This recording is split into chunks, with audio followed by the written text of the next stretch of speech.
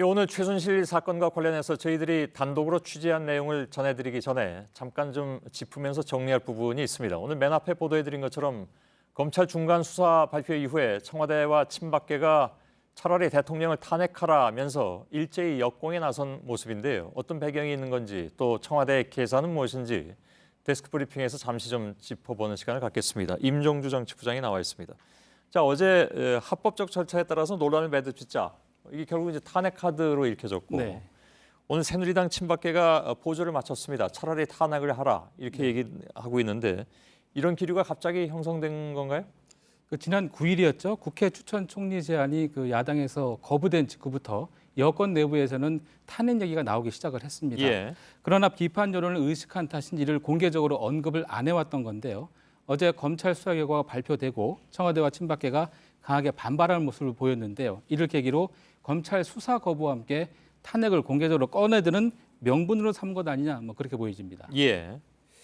자, 사실 탄핵은 지금 야권 3당도 다 그렇게 추진하겠다고 나서고 있고 그래서 아까 과연 탄핵의 대상이 되느냐를 이서준 기자와 저희들이 짚어보기도 했습니다만 과거의 예를 비춰서 그런데 광장의 민심은 탄핵도 아닙니다. 그냥 바로 하야라 이런 것이 지금 광장의 민심인데. 네, 그렇게 표출이 되고 있죠. 이건 좀 동떨어져 있는 그런 상황이기도 하죠. 그래서 이 이후에 광장의 민심이 어떻게 또 표출되느냐에 따라서 정치권 상황은 바뀔 수도 있겠습니다만은 아무튼 만일 탄핵으로 그 절차로 들어가면 결론이 나기까지 일단 꽤 긴 시간이 걸리잖아요.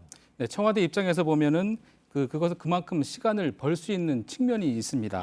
그 사이 여러 변수를 활용을 해서 내년 하반기까지 보수 지지층을 결집을 하고 만약에 탄핵 절차가 하반기까지 장기간 이어진다고 한다면 그 사이 여러 변수를 활용해서 보수 지지층이 결집을 하고 이를 통해 반전을 모색하기 위한 것 아니냐 이런 해석이 정치권 안팎에서 설득력 있게 나오고 있습니다. 그러나 물론 또 정치권 안팎에서는 지금의 상황은 반전은 이미 다 어려운 상황이다고까지 얘기하는 사람들도 많이 있고요. 여당에서도 정두원 의원은 그런 얘기를 하고 있더군요. 네, 그렇습니다.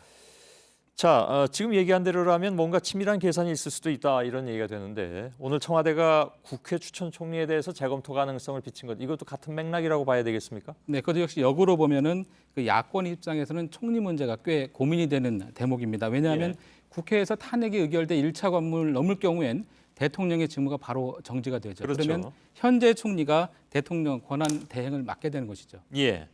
그 얘기는 결국 이제 황교안 총리 대행 체제 아래서 예를 들면 이제 헌법재판소의 탄핵 심판 절차를 밟고 또 길게는 대선 준비도 이어진다 이런 얘기가 되는 건데. 네, 그 때문에 야권에서는 이런 상황을 쉽게 받아들이지 않겠다 이렇게 밝히고 있는 대목인데요.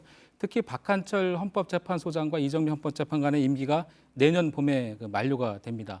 그럴 경우에 후임 인선 결정도 황 총리 손에 달리는 셈이고요. 그래서 총리부터 새로 뽑자는 의견이 나오고 있는 것입니다. 그럴 경우 피의자 신분이면서 탄핵 대상이 되는 대통령에게 총리 임명을 요청하는 모순된 상황도 발생할 수 있고요. 또 총리 논의로 국면이 전환될 우려도 야권에서는 하고 있습니다. 때문에 쉽게 결론을 내지는 못하고 있는 상황입니다. 근데 탄핵 절차 또 그에 따른 지난한 시간 이런 것들도 물론 그렇고 또 대통령 대행 체제 여기까지 겹치게 되면서 정치적 셈법은 상당히 좀 복잡해질 수도 있습니다. 여야 간에. 야당으로서도 근데 지금 별다른 선택지가 없어 보이느냐 그건 어떻게 봅니까? 현실적으로 그런 상황인데요. 성남 민심은 또 계속 분출이 되고 있고 시간이 흐르더라도 현 정부가 이미 잃어버린 신뢰를 되찾기는 어려운 것 아니냐 이런 전망이 많습니다. 문제는 이런 상황이 장기화하면 피해가 고스란히 국민에게 돌아갈 수밖에 없는 상황이라는 건데요. 야당이 각자의 셈법이나 이해관계에서 벗어나서 이런 민심을 어떻게 담아내느냐가 관건이 될 것으로 보입니다. 알겠습니다. 데스크 브리핑 임종주 정치부장이었습니다. 수고했습니다.